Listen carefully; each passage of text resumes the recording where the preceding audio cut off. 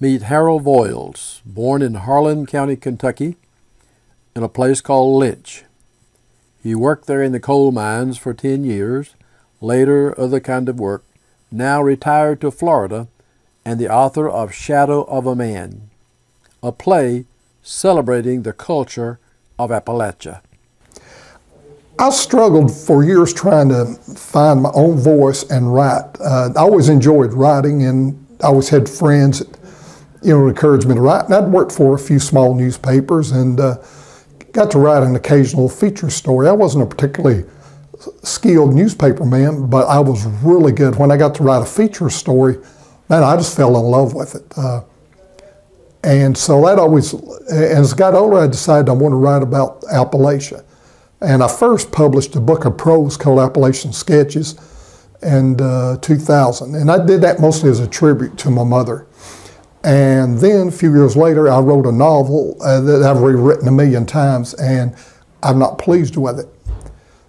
And I decided the novel just wasn't right. And I kept struggling trying to find my own voice. And then I read a play that was nominated for a Tony Award, finished runner-up for the Tony Award one year. It's called Kentucky Cycle. After I read that, it got me to thinking, maybe my voice could best be expressed in a play. So I read every play I could find. I read 24 plays at least. Read Eugene O'Neill, Shakespeare, Tennessee Williams, everything I could get my hands on. And then I read a book written by a Kentuckian named Silas House, who wrote a book. And in the book, he talked about, portraying Appalachian people, the way they really are, and not as caricatures.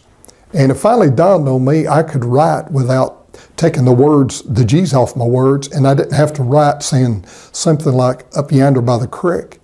And the more I thought about it, I began to realize that Appalachia has almost like its own language. There's very colorful and unique expressions that are peculiar to Appalachia, and that's what I needed to incorporate in my book.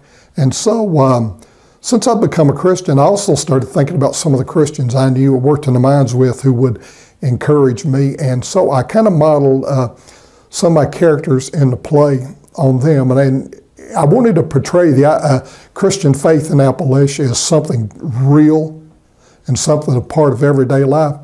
So I chose to write a play. I call it Shadow of a Man, but the main character in it is an Appalachian mountain preacher who is a man of dignity and courage, not a perfect man, but an honorable man.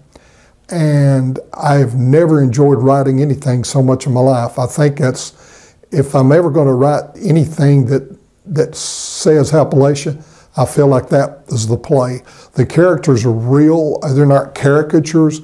I've always resented somebody from California or New York coming to Harlan County, spending 3 days there and go away writing an award-winning book when they really didn't have a good feel for the people or write about the people.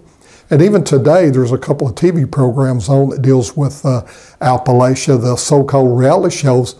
And I think my play is almost a way of fighting back against that.